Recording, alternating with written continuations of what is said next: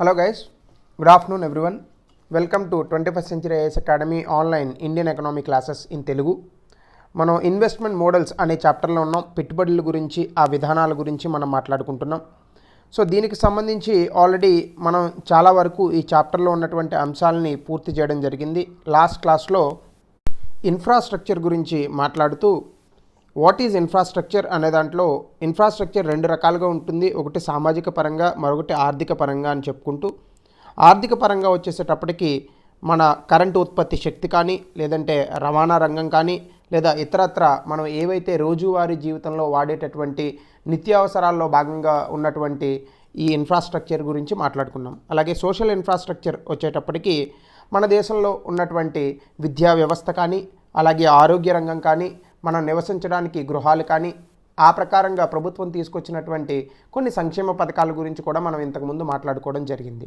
Of course last క్లాస్లో నేను సంక్షేమ పథకాల గురించి ఏం చెప్పలేదు, కానీ ఇంతకుముందు గత క్లాసుల్లో కనుక మీరు చూస్తే ప్రధానమంత్రి ఆవాస్ యోజన ఇటువంటి పేర్లు నేను కొన్ని చెప్పడం జరిగింది. సో ఆ ప్రకారంగా మనం ఇన్ఫ్రాస్ట్రక్చర్ని ఈ రెండు రకాలుగా విభజన చేయొచ్చు. అయితే మన దేశంలో ఈ ఇన్ఫ్రాస్ట్రక్చర్కి సంబంధించి ఉన్నటువంటి ఇబ్బందులు కానీ, సమస్యలు కానీ ఏంటి, అసలు ఇన్ఫ్రాస్ట్రక్చర్ అనే ఒక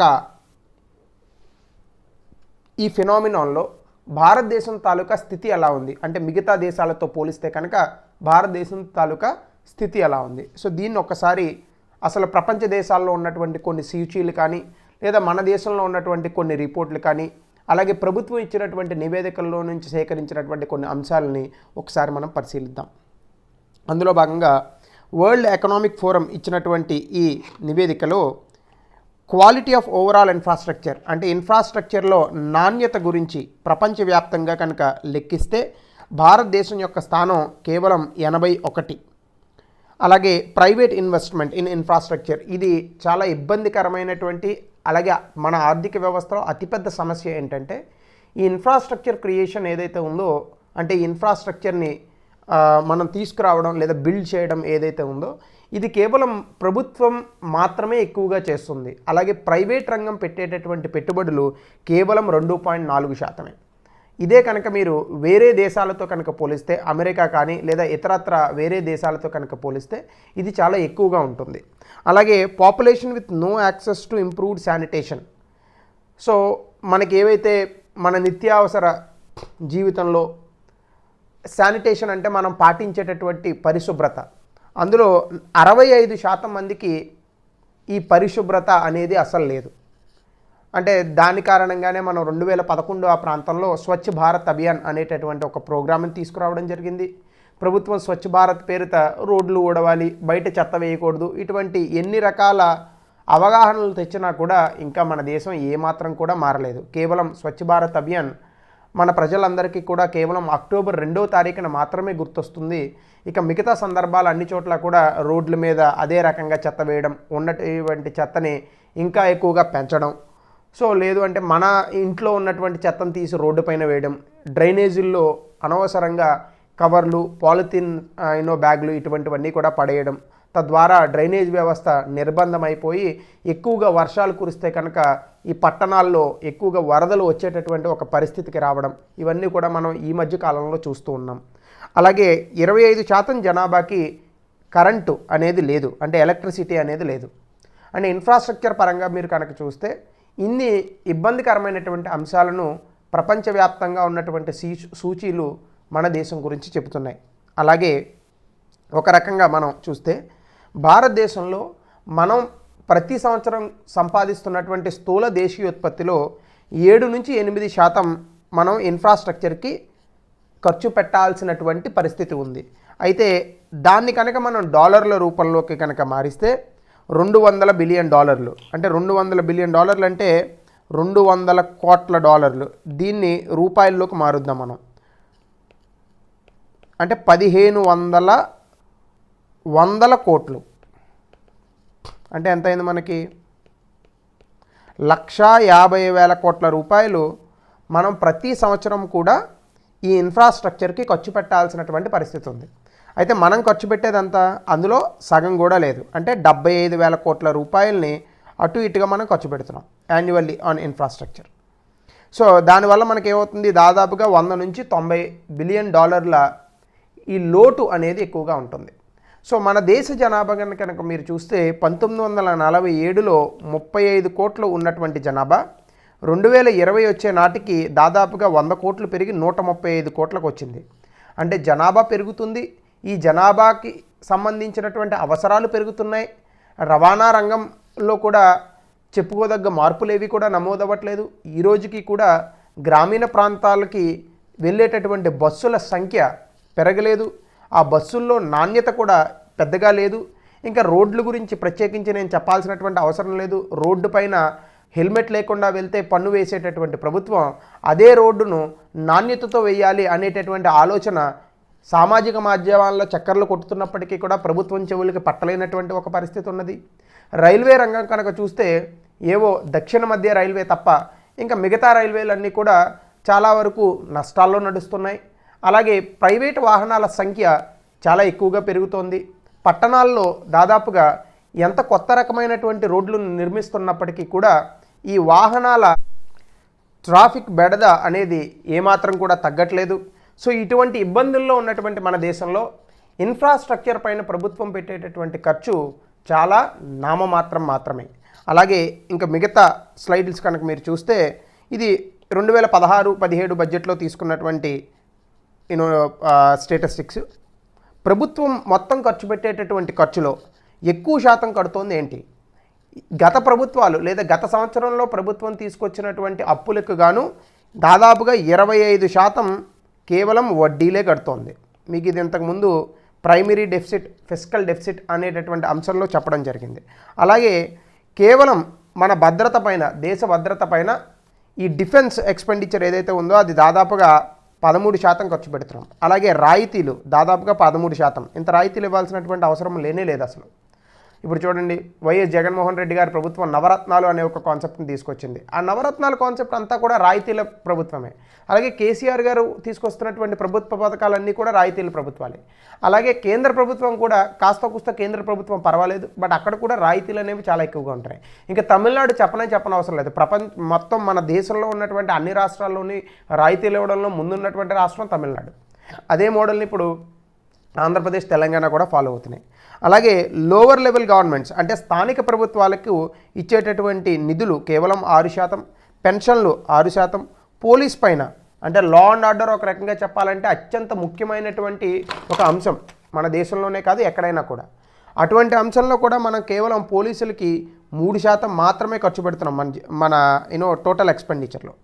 సో ఇటువంటి ఇబ్బందికరమైనటువంటి స్థితిలో ఉన్న భారతదేశానికి ఖచ్చితంగా ఆర్థికంగా ఈ ఇన్ఫ్రాస్ట్రక్చర్లో చేయూత అనేటటువంటిది చాలా ముఖ్యమైనటువంటి అంశం.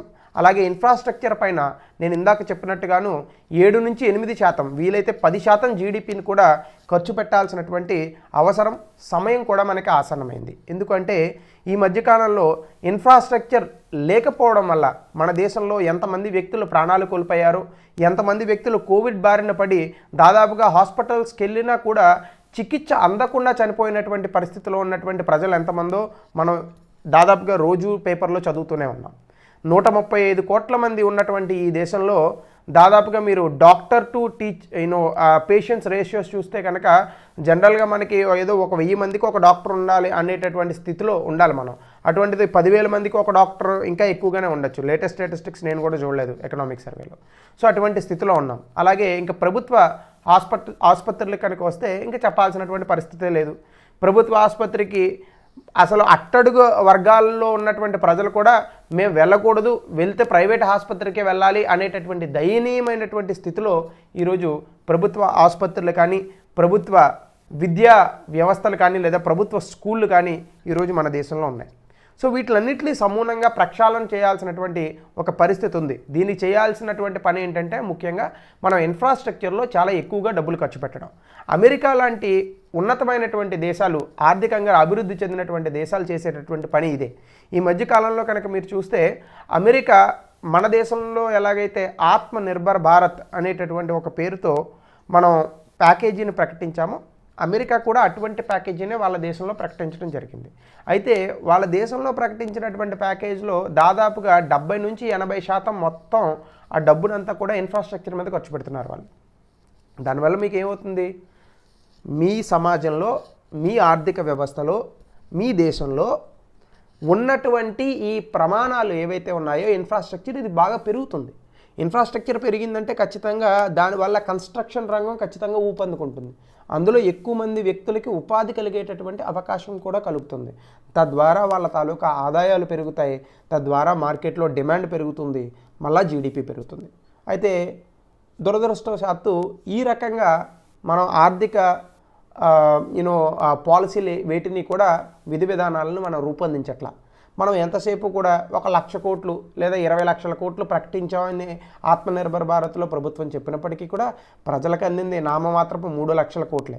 ఈ 3 లక్షల కోట్లలో కూడా ఎన్నో రకాలైనటువంటి సబ్సిడీలు, రాష్ట్ర ప్రభుత్వాలకు కొన్ని డబ్బులు ఇవ్వడాలు, ఇవే తప్ప ఒక సామాన్య మానవుడికి దీనివల్ల వచ్చినటువంటి పెద్ద ఉపయోగం అయితే ఏమీ లేదు. నాకు తెలిసినంత వరకు వచ్చిన పెద్ద ఉపయోగం ఏంటంటే కోవిడ్ వల్ల రేషన్ ఫ్రీగా ఇస్తున్నారు అంతే. సో ఇన్ఫ్రాస్ట్రక్చర్ మీద ఏ రకమైనటువంటి ఖర్చు కూడా పెట్టట్లే. ఎందుకంటే పెట్టడానికి కూడా ప్రభుత్వం దగ్గర డబ్బులు లేవు. అంటే ప్రభుత్వాన్ని కూడా నిందించాల్సినటువంటి అవసరం కూడా లేదు ఇక్కడ. ఎందుకు అంటే చూడండి, సబ్సిడీలకు ఎక్కువ ఇస్తున్నాం, అలాగే తెచ్చిన పాత ఖర్చులకి వడ్డీలు ఎక్కువగా కడుతున్నాం. ఇక్కడే మీకు ఎంత పోయింది, దాదాపుగా 38% పోయింది. సో దీంతో పాటుగా ఇంకా మిగిలినవన్నీ కలుపుకుంటే 50%. ఇంకా మిగిలిన డబ్బుల్లో ప్రభుత్వం ఏం చేయగలుగుతుంది?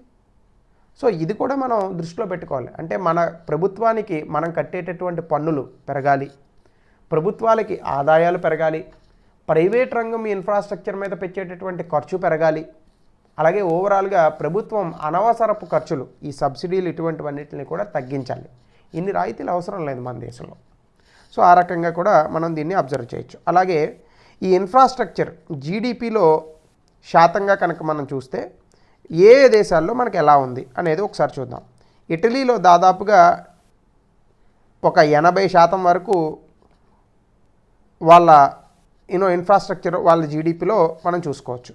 అలాగే పోలాండ్, అలాగే చైనా కూడా దాదాపుగా 75% ఉంది.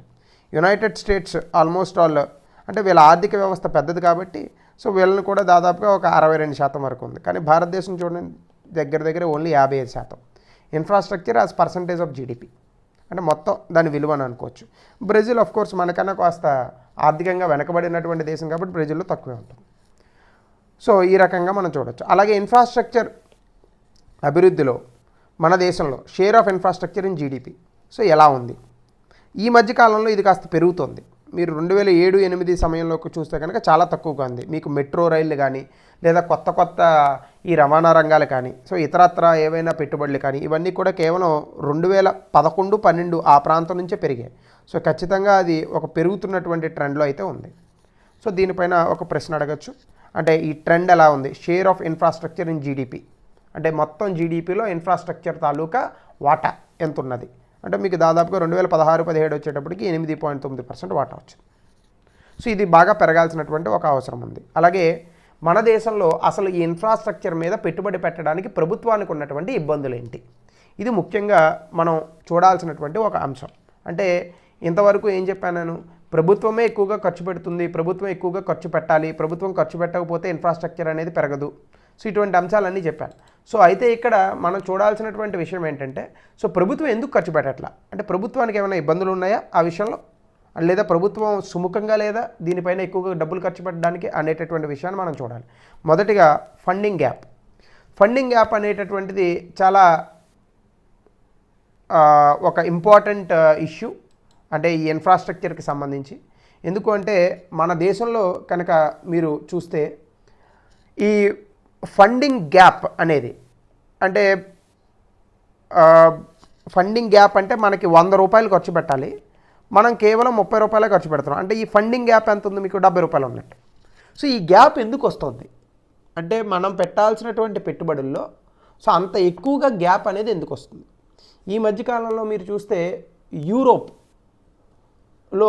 ఒక ఆర్థిక మాంద్యం అనేది నెలకొంది. అంటే దాదాపుగా ఒక 5-6 సంవత్సరాలు వెనక్కి వెళ్తే కనుక. అయితే మన దేశంలో ఉన్నటువంటి కొన్ని కంపెనీలు, అలాగే మన దేశంలో ఉన్నటువంటి ప్రభుత్వం కూడా ఎక్స్టర్నల్ కమర్షియల్ బారోయింగ్స్, ఇది మీకు ఆల్రెడీ నేను ఇంతకుముందు చాప్టర్లో చెప్పడం జరిగింది. అంటే వేరే దేశాల నుండి మనం తెచ్చుకునేటటువంటి అప్పులు. సో దీన్ని ఎక్స్టర్నల్ కమర్షియల్ బారోయింగ్స్ అంటామని చెప్పాను.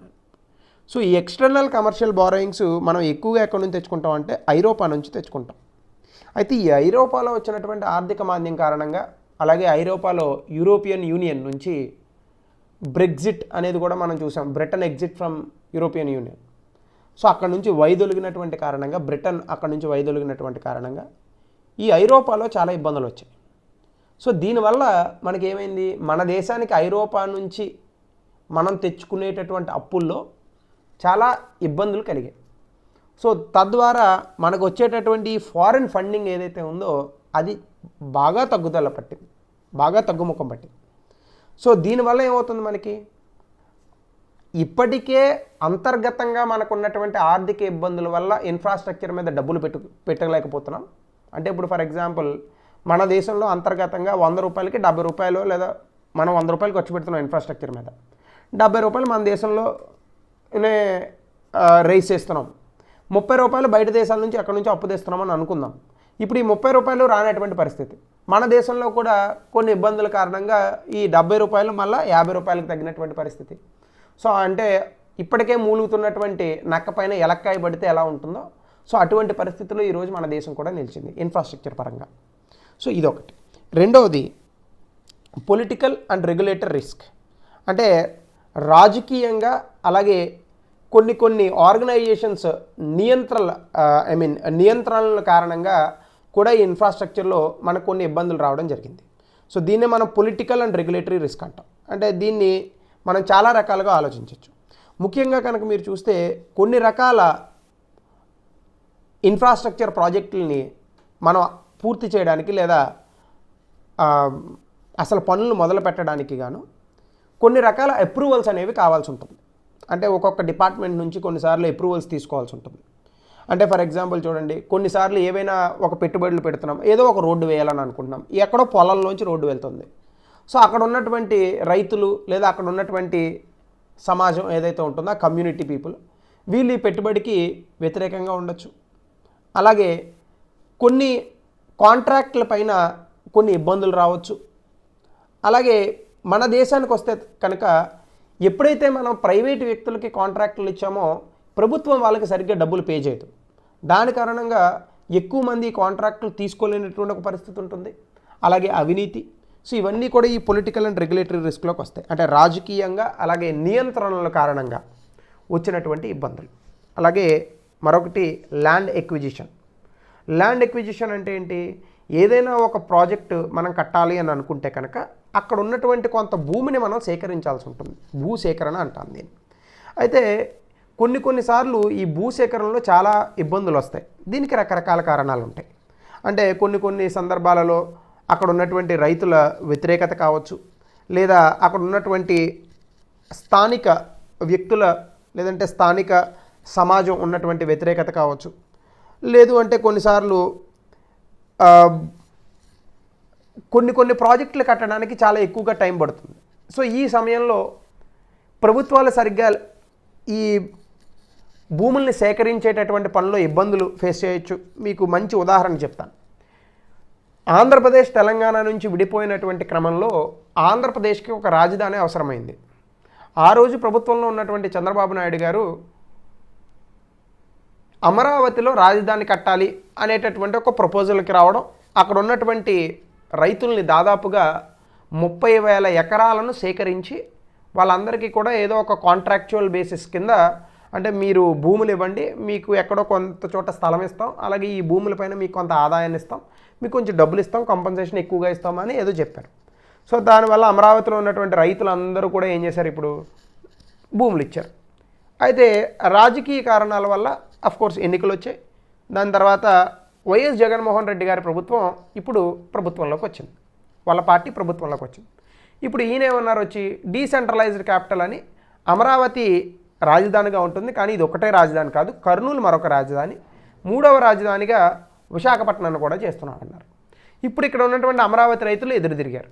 ఇప్పుడు రేపొద్దున్న మళ్ళీ ఈ ప్రభుత్వం వేరే ఎక్కడో ఏదో ఒక ప్రాజెక్టు కోసం భూసేకరణ చేయాలని అనుకుంటే అక్కడ ఉన్నటువంటి వ్యక్తులు ఏమంటారు, ఏమయ్యా మీ రాజకీయ గొడవల వల్ల, అంటే తెలుగుదేశం పార్టీ వైఎస్ఆర్సీపీ పార్టీ మీ ఇద్దరు కొట్టుకోవడం వల్ల అమరావతిలో ఉన్నటువంటి రైతులు ఎలా అయితే ఈరోజు ఇబ్బంది పడుతున్నారో, రేపొద్దున మా భూములు మీకు ఇస్తే రేపొద్దున టీడీపీ ప్రభుత్వం కనుక వస్తే మేము కూడా అలాగే ఇబ్బంది పడతాం కదా అంటూ భూసేకరణలో వాళ్ళు భూములు ఇవ్వడం మానేస్తారు. ఈ మధ్యకాలంలో ఇది జరిగింది.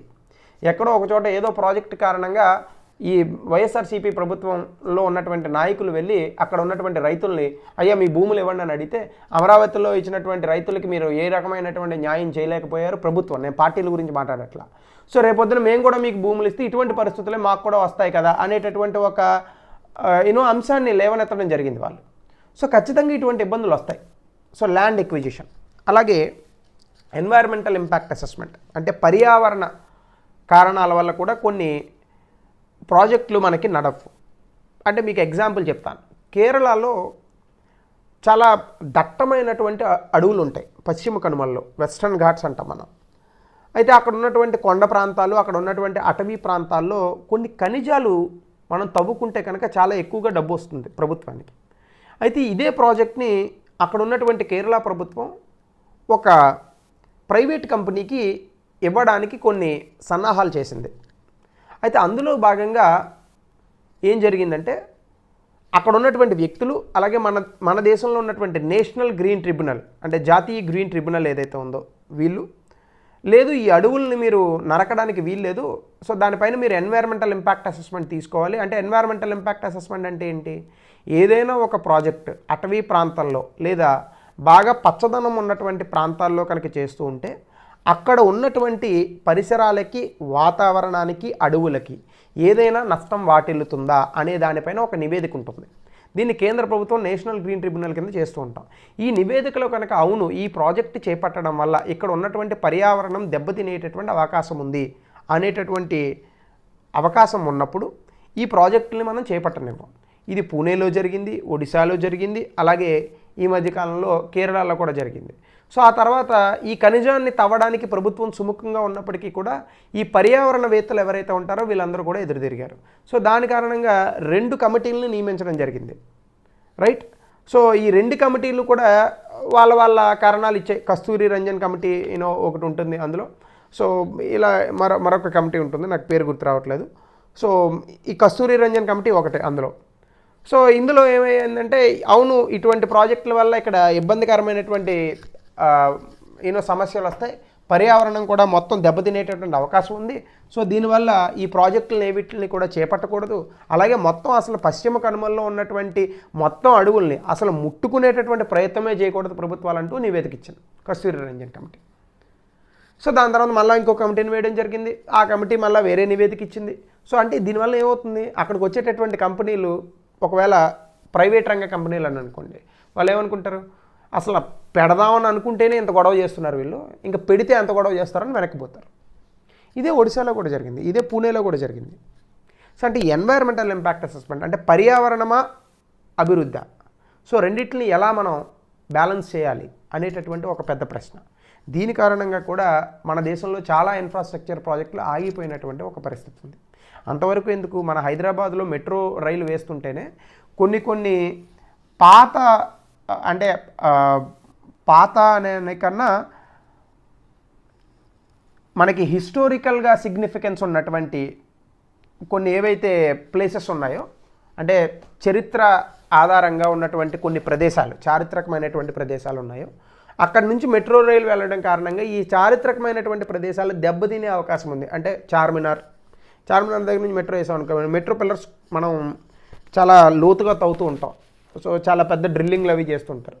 ఈ వచ్చినటువంటి కదలికలు వీటి వల్ల అక్కడ ఉన్నటువంటి చార్మినార్ ఈ కట్టడాలు, చారిత్రక కట్టడాలు దెబ్బతినేటటువంటి అవకాశం ఉంటుంది కదా.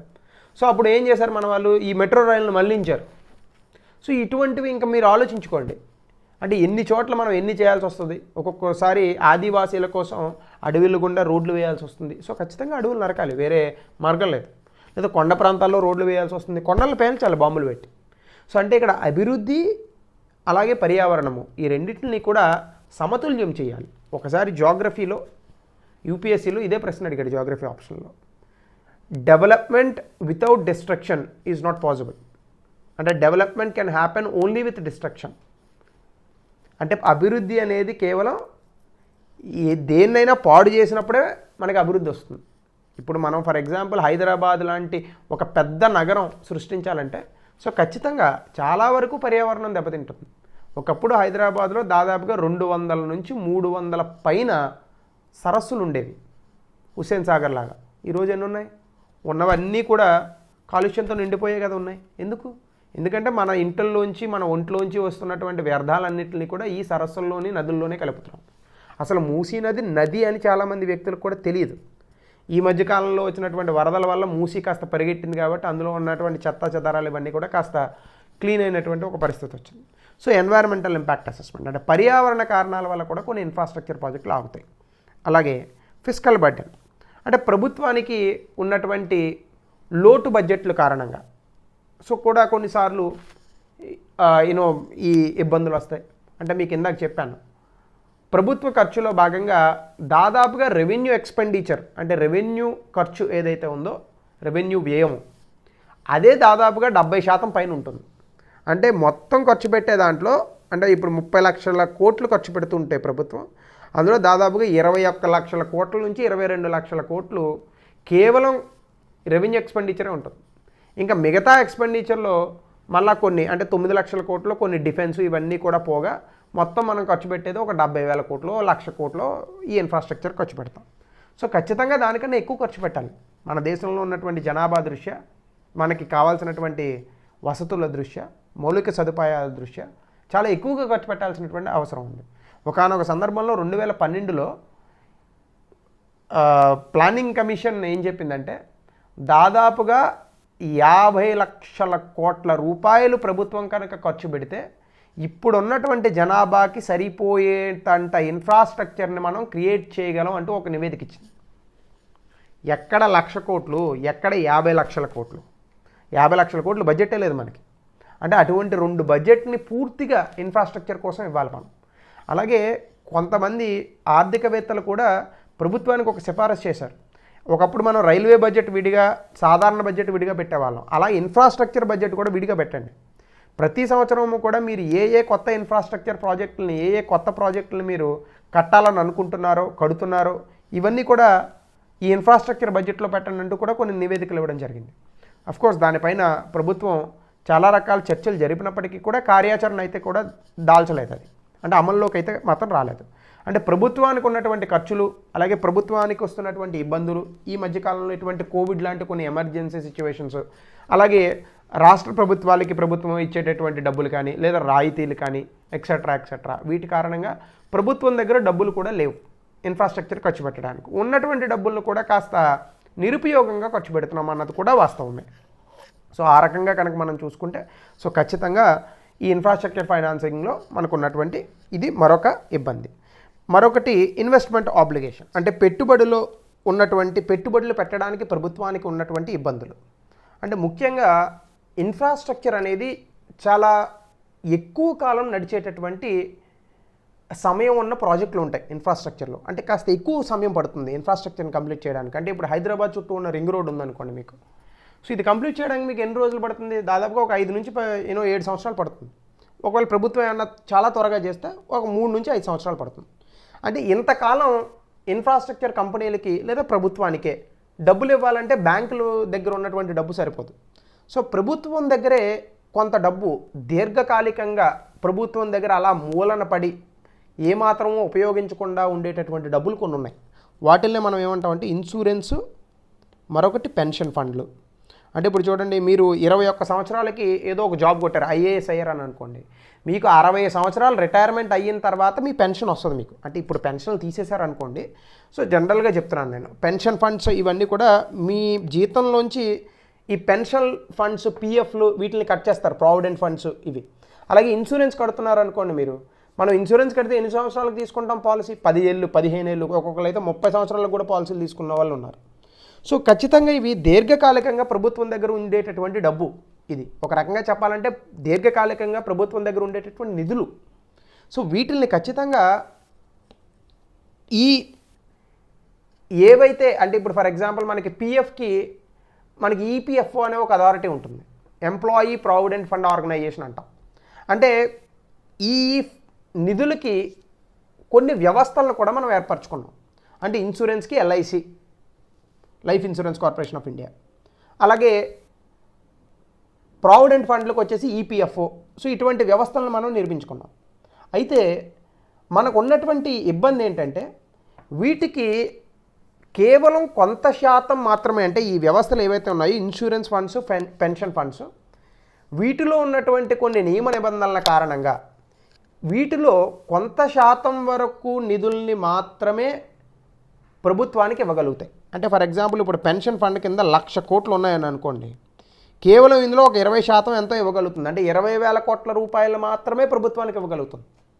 అంతే తప్ప ఎక్కువగా ప్రభుత్వానికి ఇచ్చేటటువంటి అవకాశం ఉండదు. సో ఈ నియమ నిబంధనలను మార్చాలి అంటే కనుక చాలా వరకు సంస్థలు కానీ వ్యక్తులు కానీ లేదంటే ఆ పెన్షన్ నుంచి లబ్ధి పొందేటటువంటి ఈ ఎంప్లాయీస్ కానీ వీరెవరు కూడా ఒప్పుకోరు. అలాగే ఇంకా ఉండనే ఉంది, ప్రతిపక్ష పార్టీలు కూడా కొంచెం గోల చేసేటటువంటి అవకాశం ఉంటుంది. సో ఈ రకంగా ప్రభుత్వానికి కొన్ని ఇబ్బందులు ఉన్నాయి, సో ఎక్కువగా పెట్టుబడులు పెట్టడానికి. సో దీనివల్ల ఏమవుతుందంటే ప్రత్యక్షంగా ప్రభుత్వం ఈ ఇన్ఫ్రాస్ట్రక్చర్ మీద డబ్బులు ఖర్చు పెట్టేందుకు గాను కొన్ని పరిమితులు విధించబడ్డాయి. దాని కారణంగా కూడా మన దేశంలో ఇన్ఫ్రాస్ట్రక్చర్కి ఎక్కువగా డబ్బులు ఇవ్వలేనటువంటి పరిస్థితుల్లో మనం ఉన్నాం.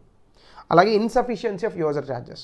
ఒకవేళ మనం ఇన్ఫ్రాస్ట్రక్చర్ని కనిపెట్టి ఇన్ఫ్రాస్ట్రక్చర్ని కట్టి, అంటే ఫర్ ఎగ్జాంపుల్ రోడ్లు వేసాం, అలాగే మెట్రోలు వేసాం, అలాగే కొత్త కొత్త బస్సులను పెట్టాం, ఏసీ బస్సులను పెట్టాం, సో ఇవన్నీ చేసాం. వీటి నుంచి మళ్ళీ ప్రజల దగ్గర నుంచి డబ్బులు వెనక్కి తీసుకోవాలంటే ఎక్కువగా వాళ్ళపైన భారం వేసేటటువంటి అవకాశం కూడా లేదు.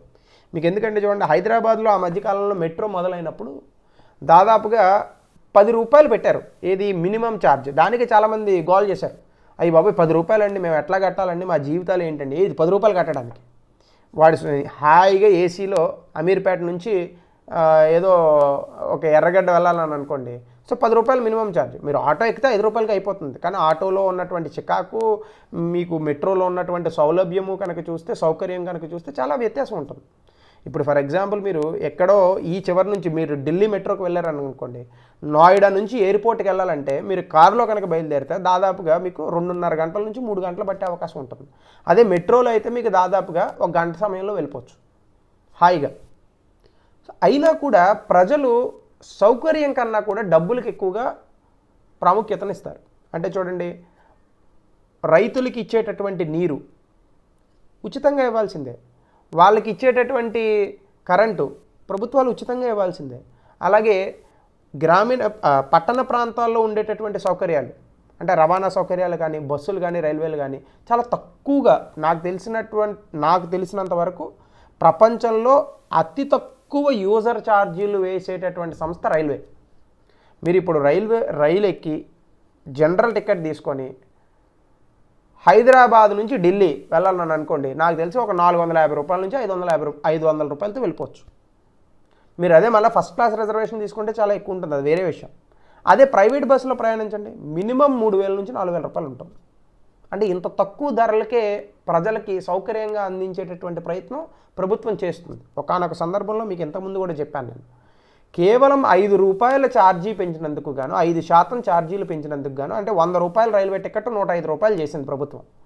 దానికి తృణమూల్ కాంగ్రెస్ మమతా బెనర్జీ గారు పెద్ద గొడవ చేసి, ఆ రోజు కాంగ్రెస్ ప్రభుత్వం ఉంది, ఆమె ప్రభుత్వంలోంచే, అంటే ఆమె పార్టీ నుంచే ఒక వ్యక్తి రైల్వే మినిస్టర్గా ఉన్నారు, ఆయన చేత ఈవిడ రాజీనామా చేయించింది మొత్తానికి. కాంగ్రెస్ ప్రభుత్వం ఆ రోజు 5% పెంచలా ఛార్జీలు.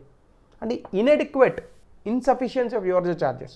అంటే ప్రభుత్వం ఇటువంటి మౌలిక వసతులు కల్పిస్తున్నా కూడా ప్రజల దగ్గర నుంచి మళ్ళీ డబ్బులు రాబట్టుకోలేనటువంటి ఒక పరిస్థితి ఉన్నది. అంటే దాని మీద మనం చాలా కమెంట్లు విసురుతాం. అద్భుతంగా రోడ్లు ఉండాలంటాం, ట్యాక్సులు కట్టాం, మంచినీళ్ళు సప్లై ఉండాలని అంటాం, కానీ మంచినీళ్ళకి మనం కట్టాం. కరెంటు మంచిగా మనకి 24/7 ఉండాలని అనుకుంటాం, కానీ కరెంటు కనుక మనం వాడుతుంటే మళ్ళీ మీటర్లో ఏదో మౌలీలు చేస్తూ ఉంటాం. ఏంటి అని చెప్తే మాకు ఆదాయం లేదంటాం. కరెక్టే, అది కరెక్టే, ఇది కరెక్టే. మరి ఎలా ప్రభుత్వం ఏం చేయాలి? సో ఇదొక మీమాంస, ఇన్సఫిషియన్స్ యూజర్ ఛార్జెస్. సో ఈ కారణాల వల్ల మన దేశంలో ఈ ఇన్ఫ్రాస్ట్రక్చర్కి ఫినాన్సింగ్, అంటే ఈ ఇన్ఫ్రాస్ట్రక్చర్లో పెట్టుబడులు అనేవి అవకాశాలు బాగా తగ్గుతున్నాయి. సో ఇంకా ఇతరత్ర కారణాలు కూడా రాయొచ్చు ఎక్సెట్రా మీరు. ఇక దీనికి సంబంధించినటువంటి మిగతా అంశాలన్నీ కూడా మనం రేపటి క్లాస్లో చూద్దాం. So this is the end of today's class. దీనిపైన మీకు ఏమైనా అనుమానాలు కానీ ఏమైనా కమెంట్స్ కానీ ప్రశ్నలు కానీ ఉంటే you are always free to message me. Thank you.